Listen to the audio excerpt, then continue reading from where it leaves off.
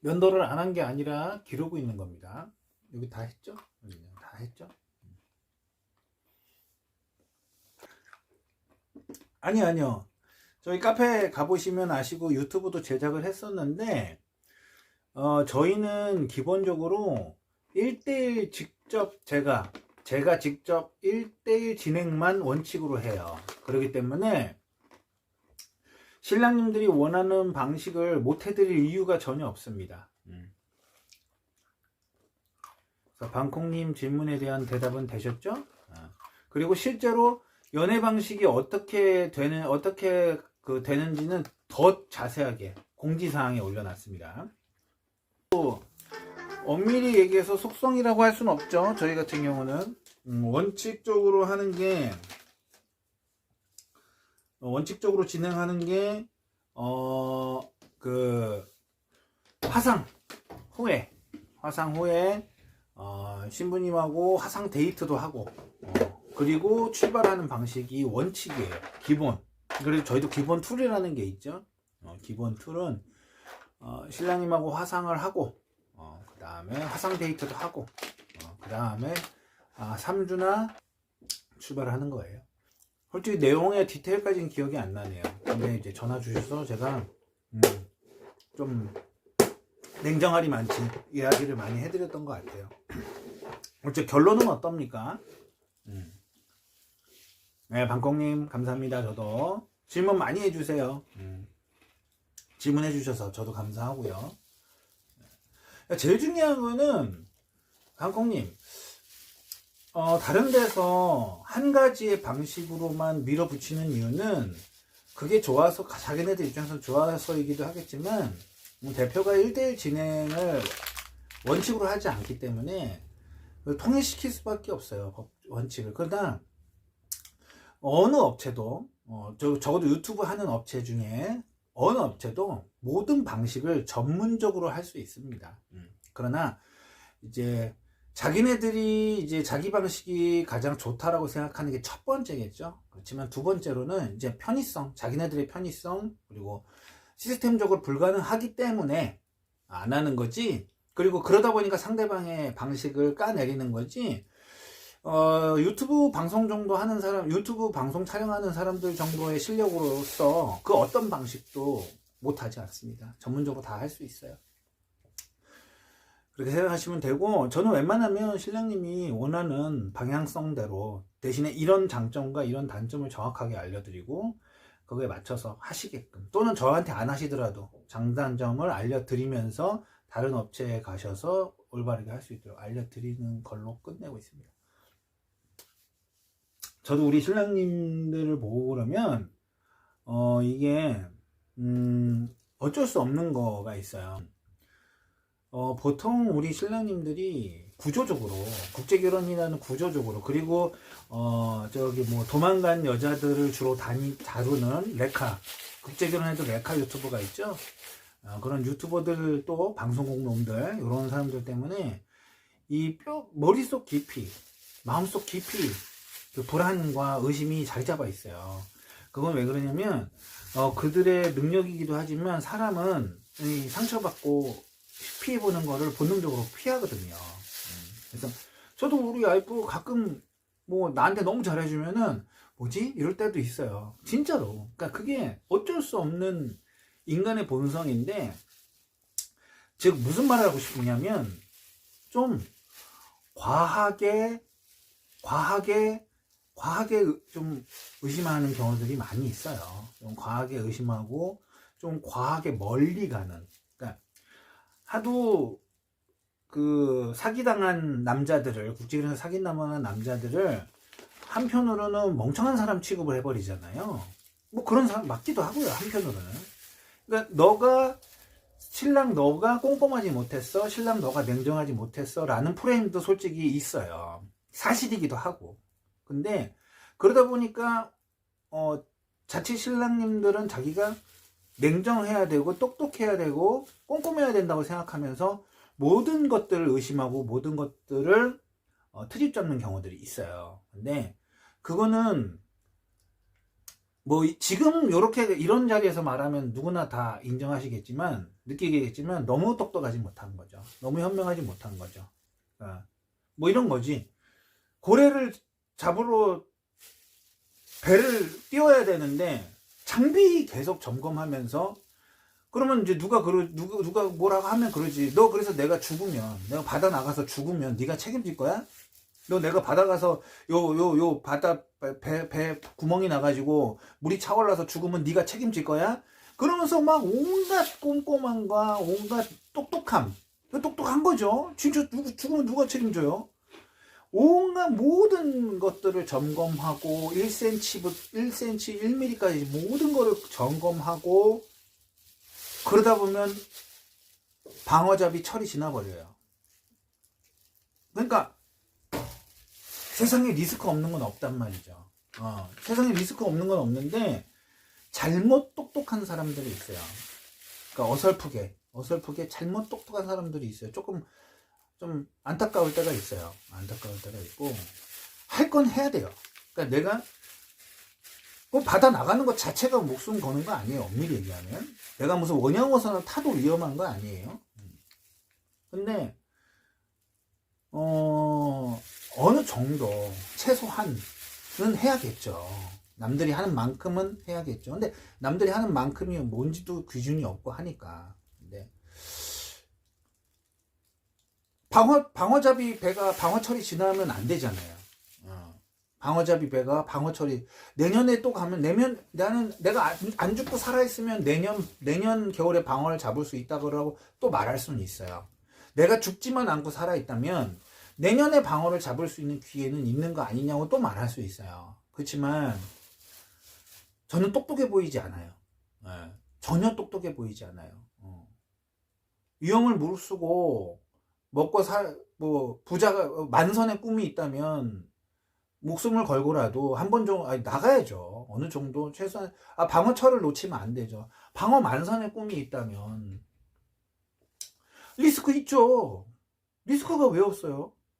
근데 방어의 만선의 꿈이 적어도 있다면 만선은 아니더라도 내가 이 방어 배를 한번 띄우고 돌아왔을 때 우리 가족들이 만선까지는 아니라도 풍족하게 또는 배불리 먹을 수 있으려는 꿈이 있다면 내가 목숨을 어느 정도는 걸고 리스크를 어느 정도 안고 또는 그걸 하고 가도 배 구멍이 날 수도 있고 뭐가 고장 날 수는 있잖아요.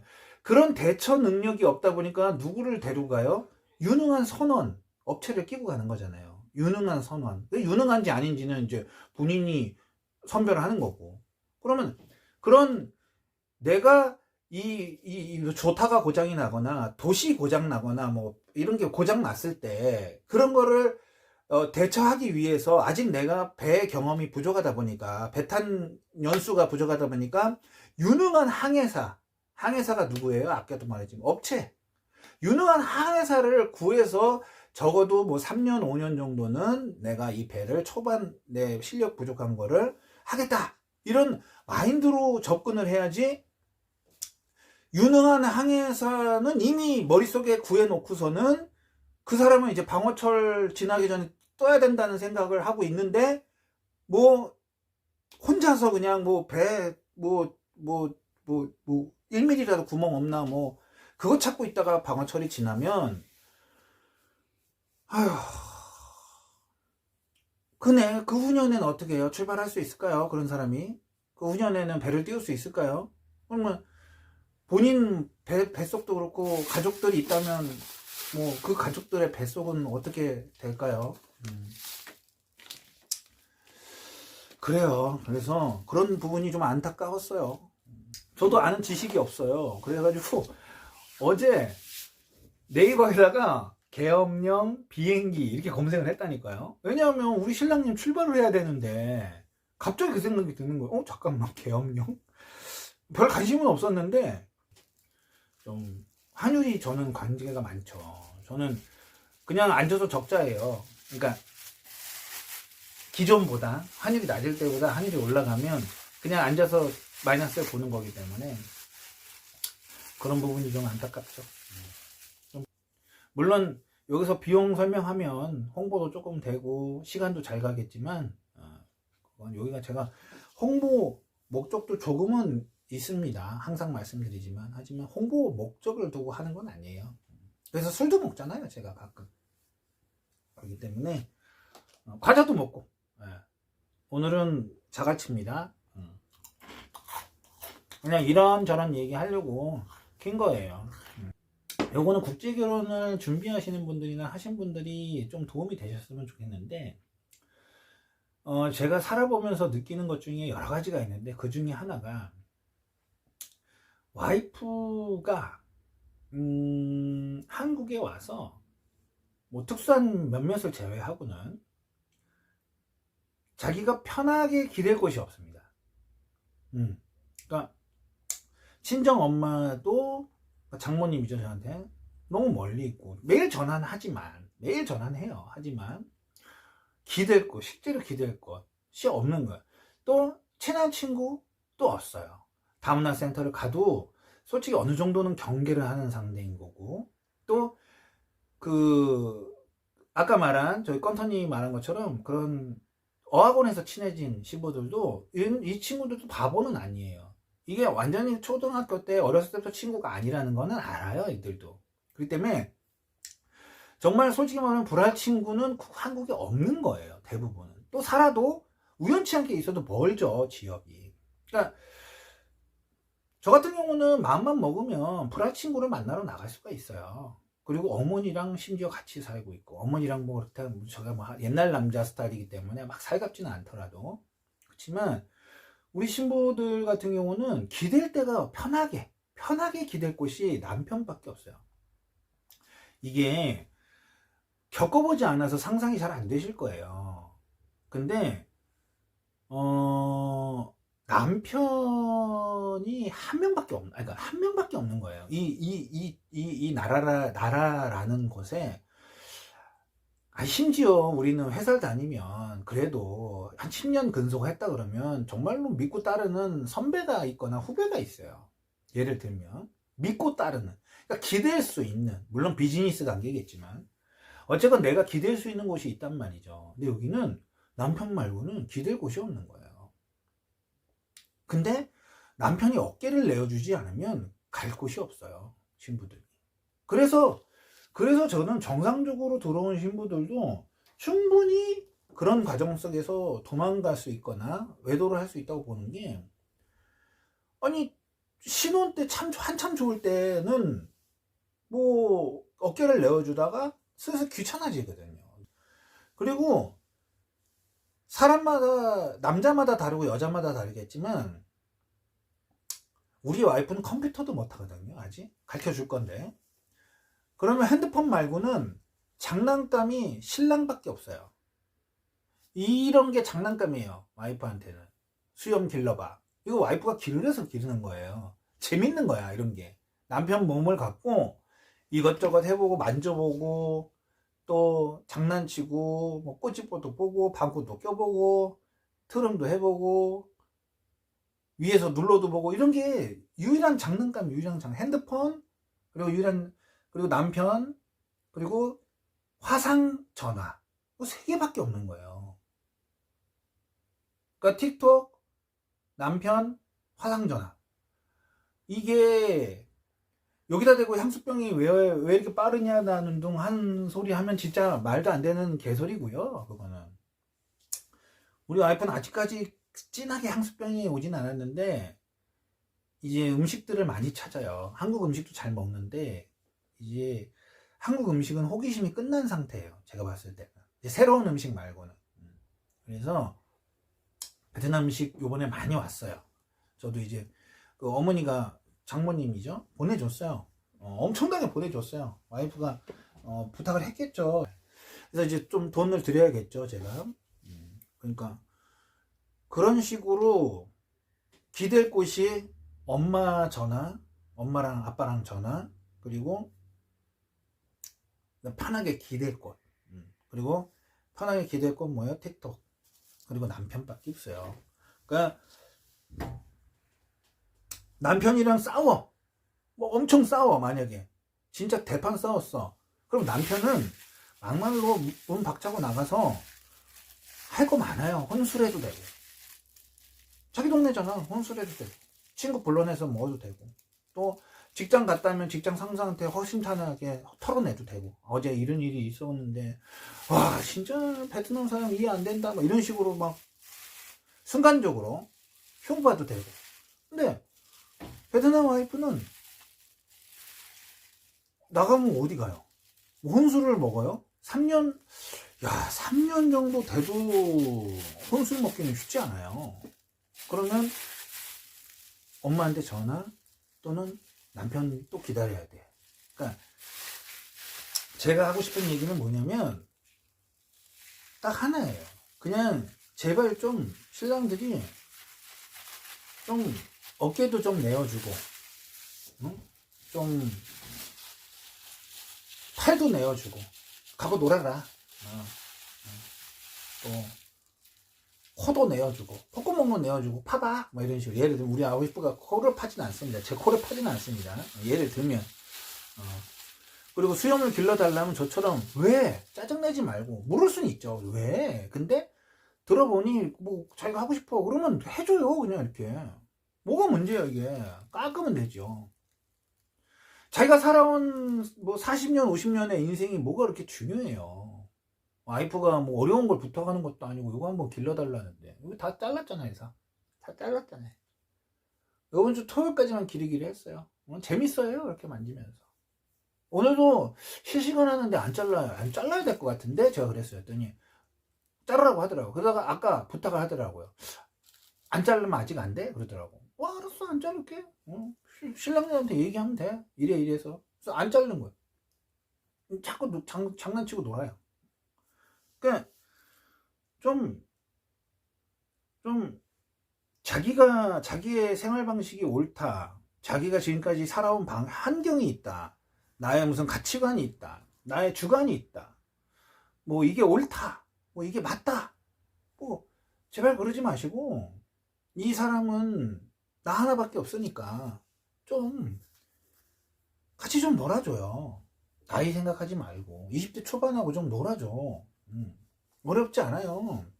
그냥 저것은 구름이고 저것은 태양이고 저것은 달이구나 그냥 하면 돼요. 그냥.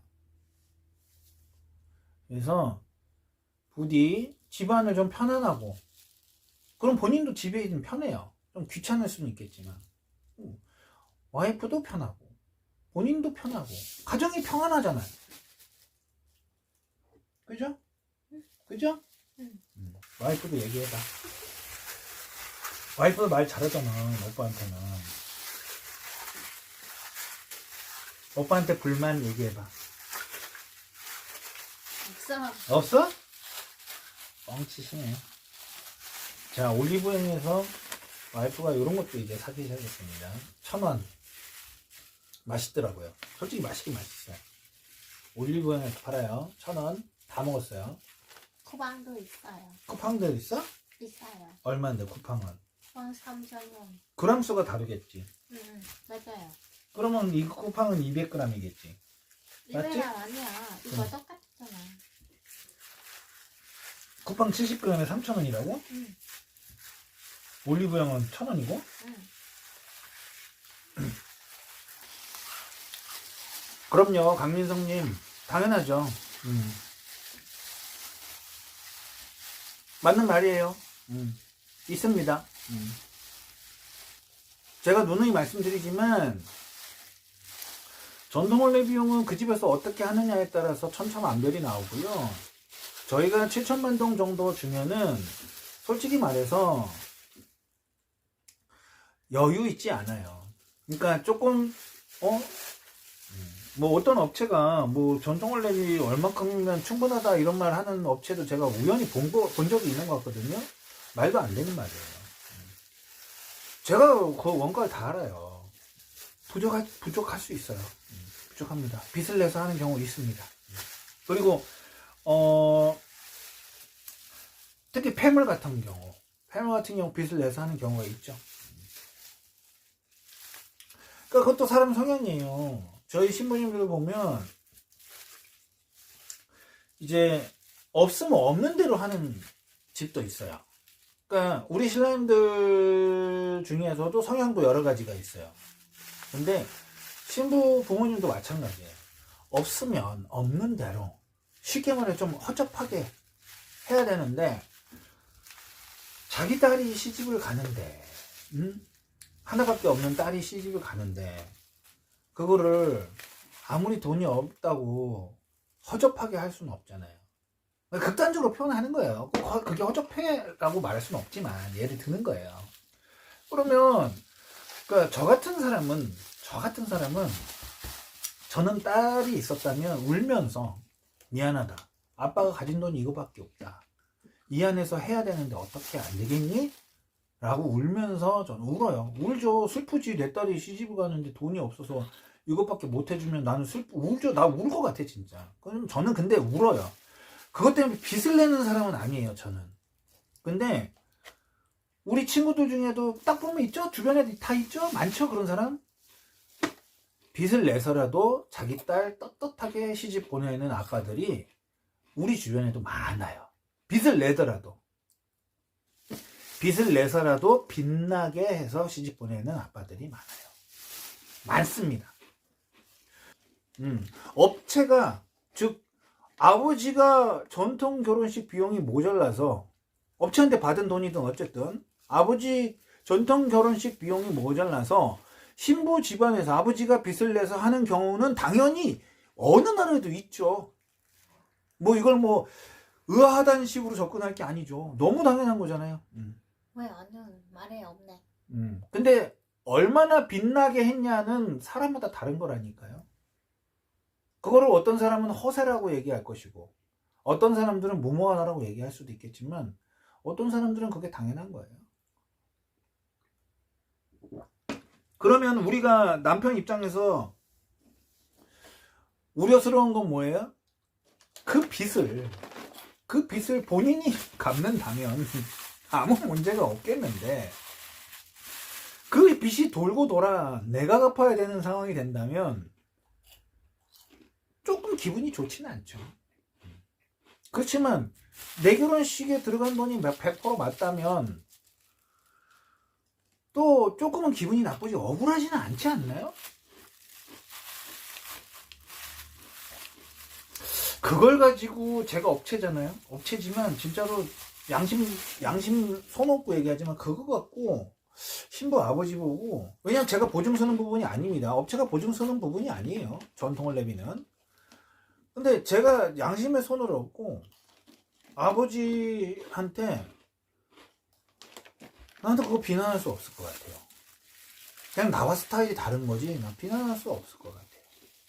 그러니까 명백히 내 결혼식에 들어간 거라면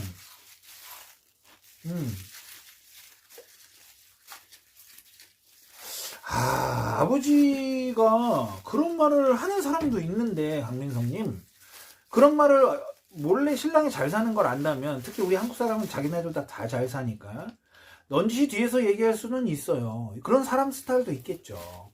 물론 국제결혼에서는 거의 없죠. 한국 사람끼리 결혼했다 칩시다. 자기는 찢어지게 가난해. 근데 자기 딸은 빛나게 해주고 싶어요. 그래서 빚을 내야 되는데 신랑이 잘 살아. 그래서 사위를 불러. 조용히 커피숍에 불러. 그래서 자네가 좀 잘 사는 것 같은데 내가 이래서 미안하네. 좀 자네가 조금 더 부담할 수 없겠나? 라고 하는 스타일도 있어요. 장인 어른 중에는. 그렇지만 그렇지 않은 사람도 있는 거예요. 강민성님. 모든 게 어떻게 하나의 기준으로 돌아갑니까?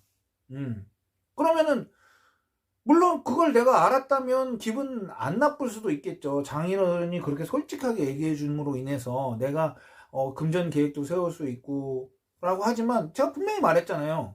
전제적 그게 내 결혼식에 들어간 게 100% 확실하다면 그 아버지도 생각이 있을 수도 있잖아요. 그 아버지도 생각이 있었을 수도 있잖아요. 내가 한 달에 월급이 이만큼이니까 이렇게 갚아야 되겠다. 근데 막상 시간이 흐르니까 들어가는 돈이 다른 쪽에 또 생겼어. 그럼 갚을 수 없는 것일 수도 있는 거잖아요. 제 말이 이건 100% 맞지 않나요? 일이라는 게 여러 가지의 방향성으로 다 대입을 해봐도 비난만 할 수는 없다니까. 기분 나빠 수는 있지만 그것을 미리 할 수 없는 상황도 너무 많다니까요. 맞죠? 아버지는 진짜 자기가 갚을 생각이 있었어. 뭐 연봉이 아니 월급이 한 달에 뭐 500만 동이야 1000만 동이어서 그 중에 한 달에 200만 동씩 갚으면 된다고 생각을 했던 거야. 계산을 했던 거죠. 근데 웬걸 할머니 자기 엄마가 아파. 그러면서 200만 동이 그걸 아니 300만 동이 병원비로 들어가게 생겼어. 그러면은 못 갚는 거예요. 그러면은 원래 사위한테 부탁을 할까 말까 고민했다가 아예 내가 200만 원씩 갚으면 돼. 사나이가 딸이 시집을 갔는데 아빠가 돼가지고 응? 사위한테 돈을 꿔선 되겠어? 라고 해서 그렇게 밀고 나갔는데 할머니가 자기 엄마가 아파 버리네. 그럼 어떻게 해요? 그제서야도 얘기해야죠. 사위 내가 그때는 이래서 내가 어떻게든 해보려고 했는데 이렇게 됐네. 근데 우리 할머니도 지금 우리 엄마도 아파서 지금 자네가 좀 한국 사람이니까 도와줬으면 좋겠네 라고 한다면 이건 미리 조율할 수 있는 부분이 아니잖아요. 그러니까 너무 공식처럼 대입하려는 신랑님들이 많아요. 인간사를 적어도 30년 이상 사신 분들이 얼마나 우리 인간사가 통통 통통 어디로 튈지 모르는 것이라는 것을 누구보다 잘 아시는 분들이 이상하게 결혼에 있어서만큼은 공식이 끼워 맞추려시는 분들이 많아요. 천원.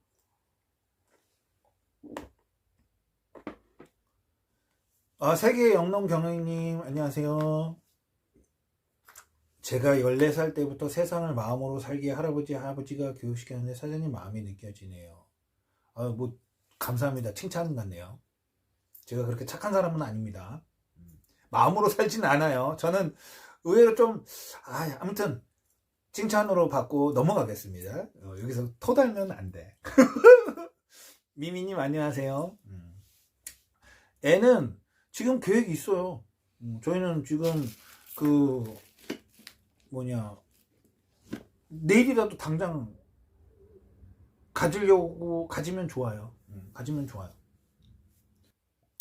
좀 마음을 열고 그게 진짠지만 좀 파악하면 될 것 같아요.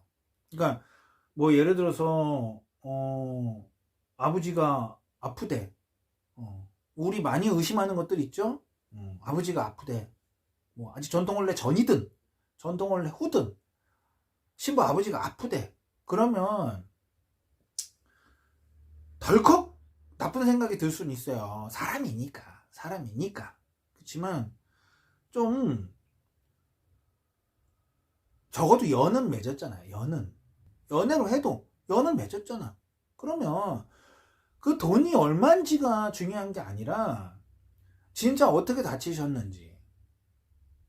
근데 그것 때문에 헤어지면 안 되죠. 그 돈 때문에. 진짜 들었어. 어느 업체에서. 아무 문제가 없다가 병원비가 500만 원 나왔다니까 이런저런 핑계를 대기 시작한다는 거야. 그러면서 결국에는 헤어졌대. 그러니까 500만 원은 저에게도 참 큰 돈이긴 한데 그게 맞을까? 이런 생각이 들 때가 있어요. 그래서 다시 한번 말씀드리지만 좀 마음을 열고 여기 영농경님 말이 맞아요. 저는 저렇게 살지는 못합니다. 하지만 마음으로 좀 살았으면 좋겠어요. 마음으로 산다고 해서 진위 여부를 판단하지 않는 건 아니잖아요.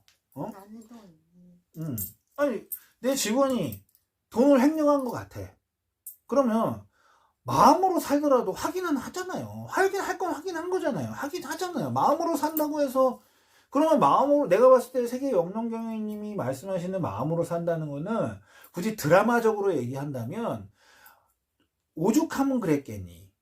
왜 그랬니? 왜 돈을 그렇게 했니? 나는 너를 믿었는데 어떻게 이럴 수 있니? 이런 걸 말씀하시는 거잖아요. 그거 하는 거랑 확인하고 검증하고 검사하고 이런 거랑은 다른 거잖아요. 검사하고 법대로 할 건 법대로 하고 또 죄를 받아야 되면 죄값을 받아야 되면 죄값을 치르게 하고 그러는 거지. 뭐 호구처럼 다 용서해주고 이게 마음으로 사는 건 아니잖아요. 그러니까 전혀 다른 개념이기 때문에 저도 아직 멀었지만 우리 세계 영농 경영님 말씀처럼 세상을 좀 마음으로 살았으면 좋겠어요. 마음으로. 좀 비즈니스가 아니라, 특히 와이프는 비즈니스가 아니잖아요. 아니 저랑 비즈니스 한다고, 저랑은 비즈니스가 맞죠? 계약관계는. 저랑 비즈니스 한다고 와이프랑 또 비즈니스 하는 분이 너무 많아. 이건 진짜 너무 많아요. 우리 신랑님들도 있고 솔직히. 아니 저랑 계약하고 한다고 해서 와이프랑 비즈니스는 아니잖아요. 와이프는 진짜 마음으로 살아야지. 검증은 하고 검증하고 확인하고 마음으로 살아야죠. 마음으로. 아휴, 안타까울 때가 있습니다. 안타까울 때가 있어요. 아, 외국인 등록증이 나와야 돼요. 건터님. 외국인 등록증은 건터님 여기 계신 분들 나중에 꼭 기억을 하세요. 지금 외국인 등록증이 지금 이제 신청을 하잖아요. 그러면 보편적으로 뭐 지방 소로시지는 잘 모르겠어요. 근데 저희 부천 기준으로 말씀드릴게요.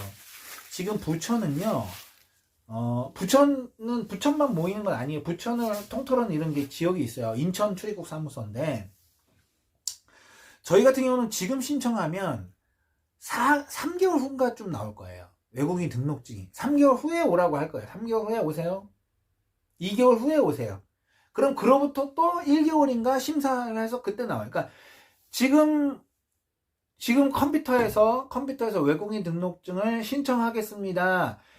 예약을 잡아주세요 하면 지금 예약이 다 차 있다고요. 이미 예약이 완료해서 넘기면 2달 뒤에쯤에나 빈자리가 생겨 있다고요. 이해되시죠? 그러니까 적어도 뭐 2-3달이 걸려요. 외국인 등록증이 나오는 데까지. 근데 그냥 가면 돼요. 그러면 예약하지 말고 그냥 가면 됩니다. 당일에 돼요. 대신에 그 심사는 더 한 달 걸리죠.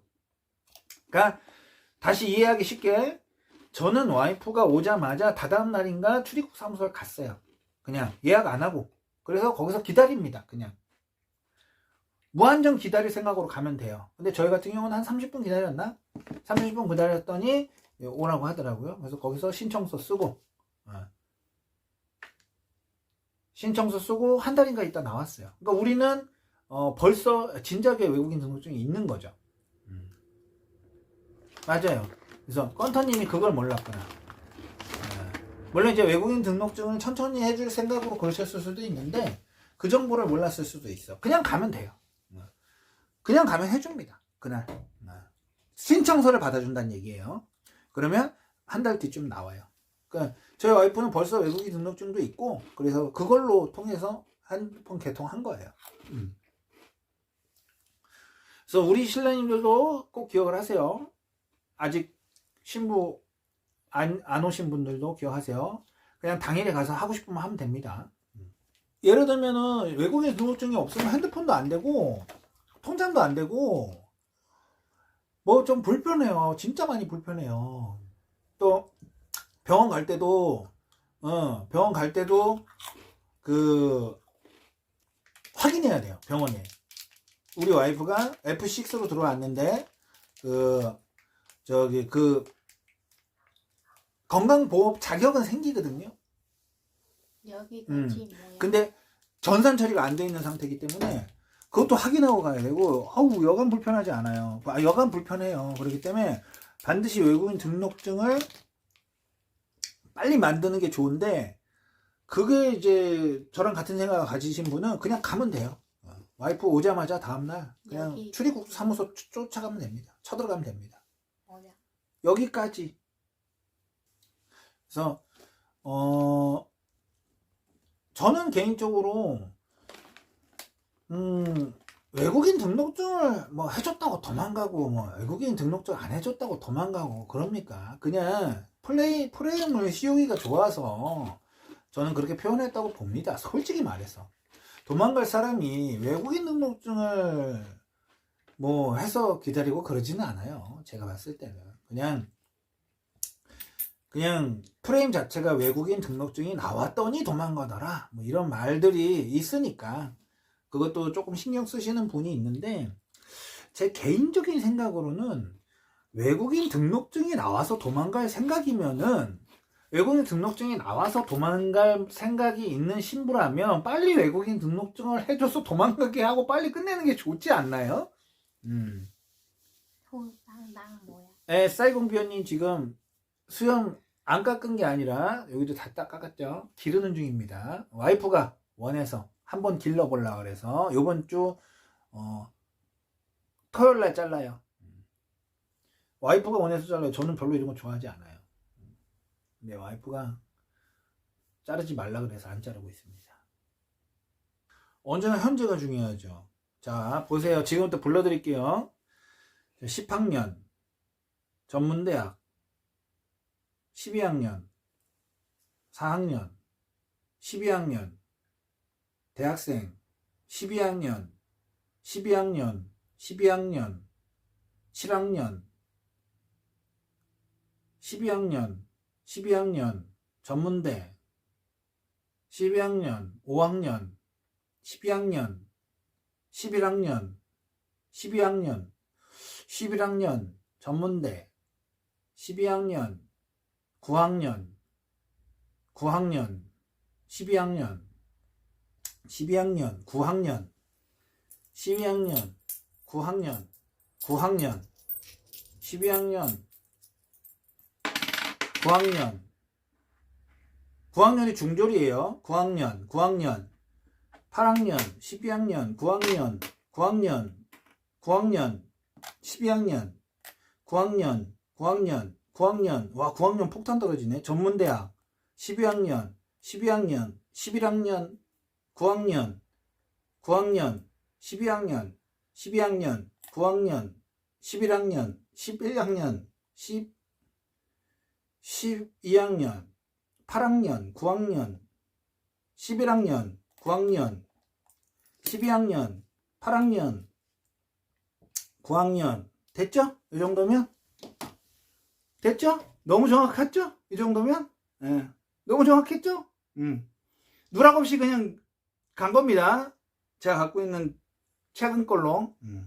9학년 제일 많네요. 12학년이 더 많지 않았어요? 12학년이 더 많았던 것 같은데. 그렇습니다.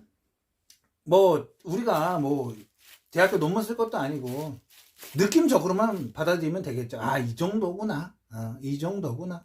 12학년 신부들이 눈이 더 높은, 당연히 높겠죠. 아니, 너무 상식적이잖아요. 손흥민 입장에. 그렇다고 그게 막 내세울 만한 건 아니에요. 그러니까 이렇게 보시면 될 것 같아요. 손흥민 입장님. 자, 굳이 학벌만 놓고 본다면 12학년은 제가 봤을 때는 기본이라고 봐요. 기본. 그러면 우리 와이프처럼 이렇게 뭐 10학년, 9학년, 11학년 이런 친구들은 약간 조금 쫄림이 있는 거예요. 아, 내가 조금 부족하다라는 어떤 그런 게 있는 거지. 그럼 상대적으로 눈이 높은 게 맞죠? 뭐 같은 말이네요. 같은 말이죠. 언제나. 왜냐하면 이거는 경쟁 구도가 있는 거고, 명백하게 선택받고 선택 주는 그런 과정 속에 있는 과정들이기 때문에 국제결혼은 눈이 높은 거 맞죠? 왜냐면 지금 봐봐요. 대충 봐도 뭐 50%는 12학년 미치고 50%는 12학년이잖아요. 그러면 10명 중에 5명은 자기가 부족하다고 생각하는 거고 10명 중에 5명은 상대적으로 자기가 부족하지 않다라고 생각한다는 건 눈이 높죠? 맞죠? 명확하죠? 제 말이 맞는 것 같아요. 대학교 다니는 분들은 눈이 높은 것도 있겠죠. 자기가 투자한 시간과 돈이 있는데 어느 세상 만사 이치죠. 그렇지만 눈이 더 높은 것도 사실인데 확실히 좀 까다롭습니다. 영상들 보면 신부들 중에 자기 초상권을 거부하는 사람 단 한 명도 없어요. 베트남 사람들 중에 뭐 30명을 모아놓고 해도 그 중에 단 한 명도 자기 초상권 거부하는 사람 없어요. 업체가 물어보면 괜찮아, 아무 생각 없어 라고 해요. 초상권 개념을 몰라요. 그냥 아예 그냥 왜? 어때서? 이래요. 그런 개념이에요 지금. 근데 대학생은 그래도 초상권 개념은 알아요. 그렇다고 거절하진 않아요. 거절하진 않는데 초상권 개념을 알고 그로 인한 자기 피해가 있을 수 있다는 것도 알고는 있어요. 그냥 결혼을 해야 되고 업체가 그렇게 얘기하니까 그냥 알았어 라고 하는 거고, 그런 차이는 있다는 걸로 보시면 돼요. 그래서 대학생들은 초상권 개념은 압니다. 그렇지만 업체에서 얘기하니까 알았다고 하는 거고, 솔직히 말하면 무시하는 게 아니라 12학년 정도 나와도 초상권 개념을, 그러니까 단어를 모른다는 게 아니라 초상권으로 인한 피해와 자기가 손해를 보는 거에 대한 거 개념 자체가 아예 없어요. 그러니까 모든 업체 모든 영상에 신부는 공개가 되는 거예요. 신랑이 지랄하지 않는 한. 뭐 30명씩 모아서 교육해도 단 한 명도 거절을 하지 않잖아요. 말이 되나요? 초상권을 어떻게 단 한 명도 거절을 하지 않아요. 모르는 거예요. 관심도 없고 모르고 그거에 대한 피해 이런 거 관심이 없어요. 아직은 그런 나라가 맞습니다. 응? 와이프, 우리 간 곳 중에 어디가 제일 좋았어? 제주도. 제주, 아니 가고 싶은 거 말고 갔던데. 좋아요. 부산, 진주, 명동. 명동? 왜 나 음식 많아? 명동 1번이에요. 명동 1번. 이유? 방금 말했죠? 음식이 많아서. 음식 많아. 우리 와이프 먹는 거 진짜 좋아해요. 음식 많아. 끝. 음식 많아 끝이야. 자, 다음에 또 실시간 방송 하는 걸로 하고 안녕. 안녕.